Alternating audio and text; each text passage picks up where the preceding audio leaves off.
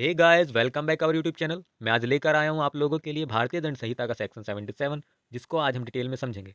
Last video में मैंने section 76 को पढ़ाया था, उसका लिंक मैं आपको डिस्क्रिप्शन में प्रोवाइड करा दूंगा। तो चलिए वीडियो को शुरू करते हैं। और हाँ, वीडियो में आगे बढ़ने से पहले वीडियो को लाइक करें और चैनल को सब्सक्राइब करना न भूलें और घंटी वाला बटन अवश्य दबा लें, जिससे मैं जब भी नया वीडियो अपलोड करूँगा तो सबसे पहले नोटिफिकेशन आप लोगों तक पहुँचेगा। तो चलिए देर ना करते हुए हम वीडियो को स्टार्ट करते हैं। सबसे पहले हम समझेंगे कि आईपीसी की धारा 77 क्या है। भारतीय दंड संहिता की धारा 77 के अनुसार न्यायांकित कार्य करते हुए न्यायाधीश का कार्य कोई बात अपराध नहीं है जो न्यायांकित कार्य करते हुए न्यायाधीश द्वारा ऐसी किसी शक्ति के प्रयोग में की जाती है जो या जिसके बारे में उसे सद्भावपूर्वक विश्वास है कि वह उसे विधि द्वारा दी गई है। अर्थात कि जो न्यायाधीश हैं वह जो अपना कार्य करते हैं, जो उनका जुडिशरी वर्क है, वह अपराध नहीं है। कब नहीं है? जब वह कार्य अपने जुडिशली वर्क के दौरान सद्भावपूर्वक जो भी कार्य करते हैं और अगर उनमें उनसे कुछ हो जाता है भूल, तो वह अपराध नहीं है, लेकिन सद्भावपूर्वक विश्वास रखते हुए। अब हम इसी को एक बार इंग्लिश में पढ़ लेते हैं। इंग्लिश में समझने के लिए, according to section 77 act of जज when acting judicially nothing is an offence which is done by अ जज when acting judicially in the exercise of any power which is और विच in good faith he believes to be given to him by law. इसमें भी यही बताया गया है English में। आप समझेंगे कि नथिंग इज एन ऑफेंस, वह अपराध नहीं है जो एक्ट बाय जज जज के द्वारा किया गया कार्य जुडिशली वर्क के दौरान, जो जुडिशली वर्क है, जुडिशली एक्ट है, उसके दौरान जज के द्वारा जो किया गया कार्य है, गुड फेथ रखते हुए अगर कोई कार्य करते हैं तो वह अपराध नहीं है। अब इसको हम सरल भाषा में समझने के लिए इसको आवश्यक तत्वों में पढ़ेंगे कि किस प्रकार से हम सरल भाषा में इसको समझ सकते हैं। तो इसमें जब हम आवश्यक तत्वों को निकालते हैं तो इसके 3 आवश्यक तत्व निकल के आते हैं, जो आप स्क्रीन पर देख पा रहे होंगे। सबसे पहला निकल के आता है न्यायिक कार्य करते हुए न्यायाधीश का कार्य। जो न्यायाधीश हैं वह अपना न्यायिक कार्य कर रहे हों। अर्थात इसको हम समझने का प्रयास करते हैं कि न्यायिक कार्य क्या है।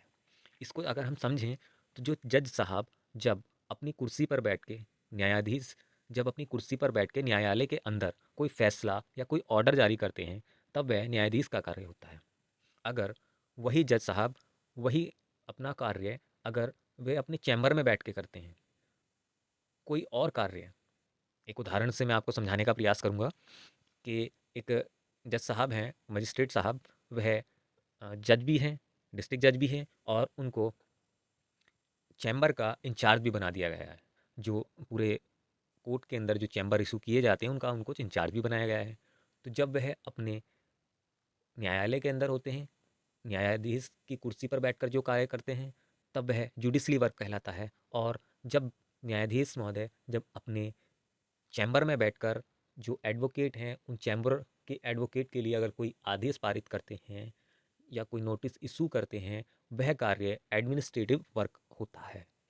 तो यहाँ पर जो साफ बात की गई है वह न्यायाधीश का कार्य की बात किया गया है, जुडिशरी वर्क की बात की गई है, एडमिनिस्ट्रेटिव वर्क की का बात नहीं की गई है।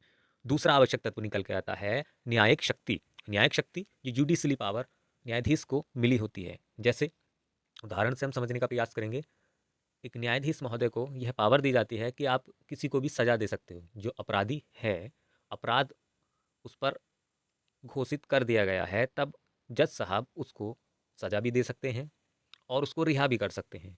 और अभी सजा दे रहे हैं या रिहा कर रहे हैं तो तब कोई व्यक्ति ये आरोप नहीं लगा सकता कि इन्होंने अपराध किया है, क्योंकि वह उनकी पावर है जो जज साहब को दी गई है न्याय के लिए। तीसरा जो आवश्यक तत्व निकल कर आता है वह है सद्भावपूर्वक विश्वास। जज साहब जो भी अपना कार्य कर रहे हैं वह एक गुड फेथ के अंदर वर्क कर रहे हैं, सद्भावपूर्वक विश्वास करते हुए उस काम को कर रहे हैं। अब इसको हम एक सरल भाषा में समझने के लिए आप स्क्रीन पर एक उदाहरण का चित्र देख पा रहे होंगे। अब इस उदाहरण से मैं आपको समझाने का प्रयास करता हूँ और सरल भाषा में किस प्रकार से हम समझ सकते हैं। ए ए एक अपराधी है जिसने हत्या का अपराध 16 वर्ष की उम्र में किया। ए एक अपराधी है, उसने जब अपराध किया तब उसकी उम्र 16 वर्ष थी। और जो जे हैं वो जज साहब हैं जो नए नए नियुक्त हुए हैं। पुलिस उस अपराधी को कई वर्षों बाद जब उसकी उम्र 22 वर्ष की हो जाती है, उसको गिरफ्तार करके जज साहब के सामने पेश करती है।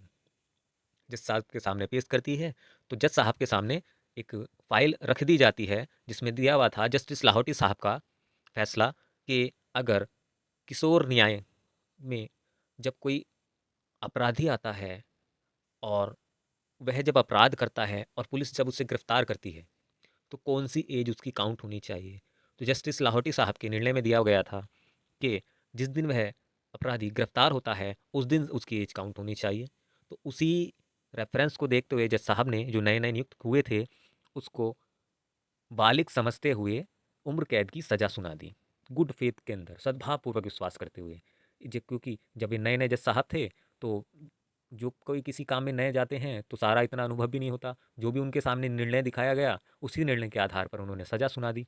और जब उन्होंने सज़ा सुना दी तो बाद में जो इसका निर्णय था ये यह था कि जस्टिस लाहौटी साहब ने जो निर्णय दिया था उस पर बाद में सुप्रीम कोर्ट ने रिव्यू करके ये फैसला और दिया था कि जस्टिस लाहौटी साहब ने जो ये लॉ दिया था यह एक बैड लॉ था और फैसला दिया था कि जिस दिन अपराधी वह अपराध करता है उस समय उसकी जो एज होगी उसकी वही एज काउंट की जाएगी, गिरफ्तार वो चाहे कभी भी हो।